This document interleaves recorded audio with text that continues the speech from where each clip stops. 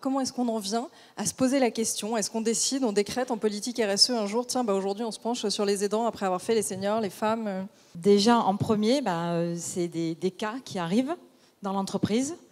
Il faut savoir que la Maison Menot, c'est une entreprise, une petite PME, il y a 30 collaborateurs historiques sur le territoire. Quand je dis familiale, aujourd'hui on est à la 3e génération, c'est la famille de la Salle Saint-Jean. Et quand on est dans une petite ville, on se connaît et on prend soin de ses salariés. Et c'est ça qui a été transmis aux générations futures. Donc c'est vraiment l'incarnation de valeurs, c'est l'humain, la bienveillance. Du coup, des chiffres, les données qui sont sorties, 11 millions d'aidants, 6 millions de salariés.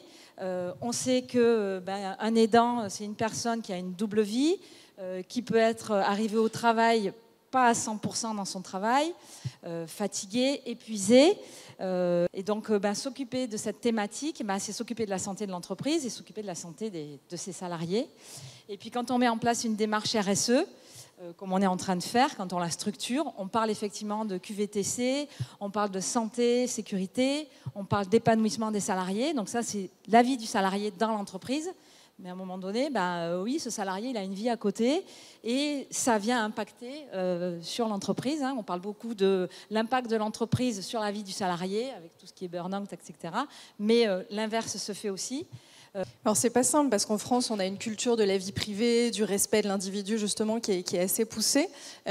Donc comment est-ce que vous parvenez à trouver des solutions? Qu'est-ce que vous avez mis en place de manière assez concrète dans l'entreprise et dans quel type de rapport en fait finalement avec les salariés qui sont concernés? Alors, comment on le prend en fait, c'est petite entreprise, 30 salariés. On se connaît tous, donc les histoires se savent, se connaissent. Et à un moment donné, quand il y a un cas, donc un employé qui doit aller accompagner sa femme qui doit suivre une thérapie, ou une maman qui doit être en urgence à 100% présente auprès de son enfant, ça arrive aux oreilles du dirigeant. On va en discuter avec le CSE, on va ouvrir les portes et on va voir ce qu'on peut faire pour cette personne-là. La difficulté sur ces sujets-là, en fait, c'est qu'il y a quand même une certaine pudeur, en fait. On peut pas imposer les choses, et puis c'est le salarié aussi, l'employé, s'il a envie d'en parler. Donc on est vraiment sur le fil entre l'employé a envie ou pas d'en parler parce que peur de la stigmatisation, peur qu'on le prenne pour une personne qui n'est plus performante, peur qu'on le mette au placard. Et d'un autre côté, pour la direction, le management, les managers ne sont pas formés à accueillir ce genre d'événements. Ils ne sont pas psychologues, ils ne sont pas dans le domaine médical. Voilà, et donc on veut bien aider, mais on ne veut pas non plus être trop intrusif. Donc c'est arriver à trouver vraiment la bonne posture. On est vraiment sur le fil. Donc on ouvre les portes, on est à l'écoute, on est bienveillant et puis on va voir ce dont tu as besoin. Si c'est du temps, si c'est te libérer du temps pour que tu sois à 100% avec la personne que tu accompagnes, on va te laisser du temps. Voilà, si on fait avec... Et comme on est une petite entreprise, on est agile. Souvent les managers, ils portent 2, 3 casquettes. Donc la personne, si elle a besoin de s'absenter, ok, le boulot que tu fais, on va le dispatcher et on va prendre ce boulot-là. Avec tout de même quand même le besoin de faire très attention aussi aux personnes qui restent dans l'entreprise. Donc c'est un jeu d'équilibre en fait. Et donc finalement, de ce que j'ai l'impression de comprendre, c'est pas forcément des procédures qui vont pouvoir être standardisées, ça va pas faire l'objet d'une politique extrêmement fixe et déterminée. Non. Alors du coup, c'est vraiment en fonction du besoin, de la situation qui se présente. Il y a des employés qui vont vouloir être absents de l'entreprise pour être vraiment à 100% présents avec leurs proches.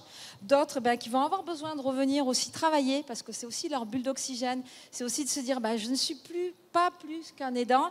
J'ai encore une vie sociale parce que quand on est aidant aussi, on peut se couper un peu de la vie sociale.